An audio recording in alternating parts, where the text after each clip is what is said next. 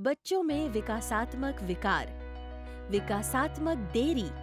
विकासात्मक देरी क्या है? विकासात्मक देरी एक ऐसी स्थिति है जिसमें प्री-स्कूल के बच्चे अपनी उम्र के उपयुक्त कौशल हासिल करने में विफल रहते हैं।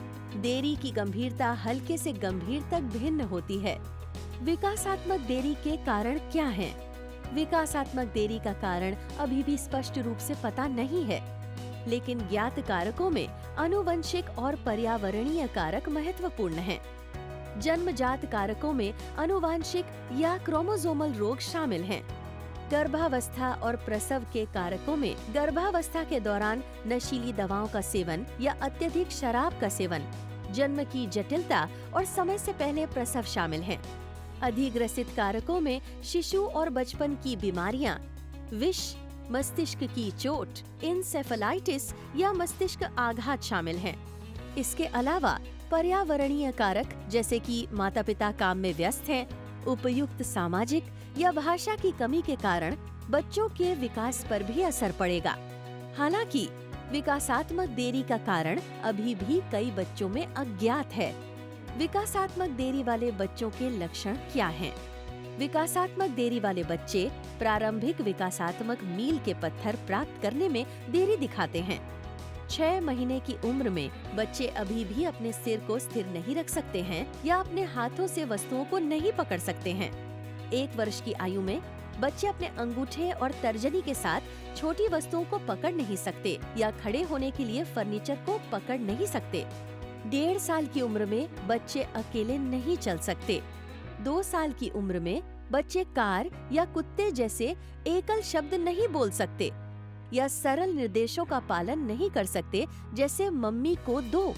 2.5 साल की उम्र में बच्चे कागज पर कलम से नहीं लिख सकते हैं या शब्दों को वाक्यांशों में नहीं जोड़ सकते हैं, जैसे कि केक खाओ, दूध पियो। 3 साल की उम्र में बच्चे सरल वाक्यों में बात नहीं कर सकते हैं, जैसे मुझे बिस्किट चाहिए, या मूल रंगों और आकृतियों को नहीं मिला पाते। विकासात्मक देरी बच्चों को कैसे प्रभावित करती है?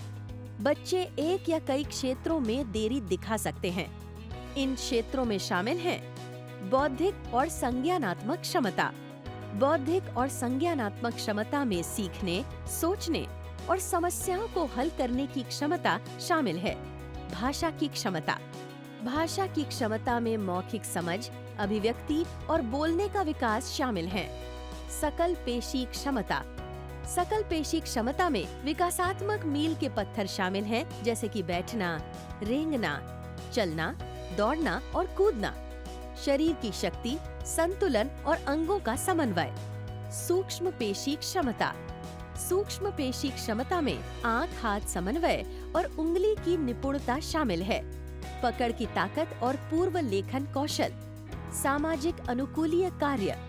सामाजिक अनुकूलीय कार्य सामाजिक और संचार कौशल जैसे कौशल को संदर्भित करता है। स्व देखभाल और बुनियादी दैनिक जीवन कौशल। कारण में व्यक्तिगत अंतर होने से हानि की डिग्री और विकास के माहौल के कारण विकासात्मक देरी वाले बच्चे अपने प्रदर्शन में भिन्नता दिखा सकते हैं। विकासात्मक देरी वाले बच्चों का दृष्टिकोण क्या है?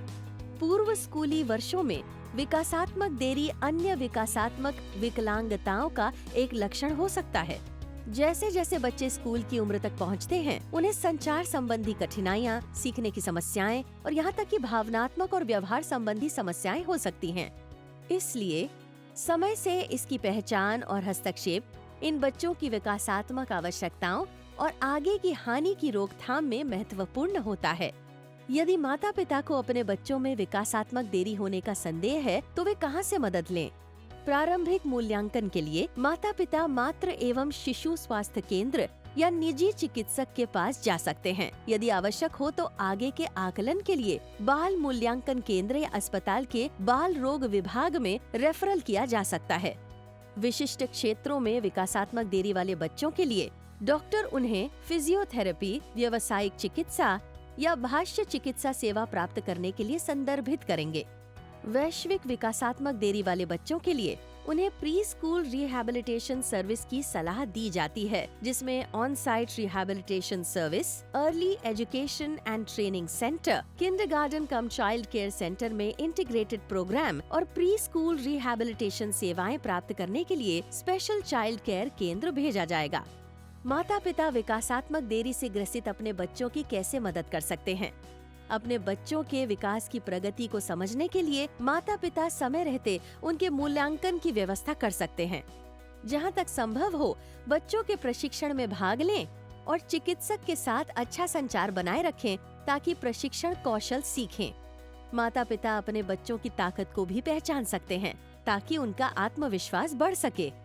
कुछ माता पिता स्वयं सहायता समूहों से भी जुड़ सकते हैं। माता पिता को भी अपने और अपने बच्चों का समर्थन करने के लिए सामुदायिक सेवाओं का अच्छा उपयोग करने के लिए प्रोत्साहित किया जाता है।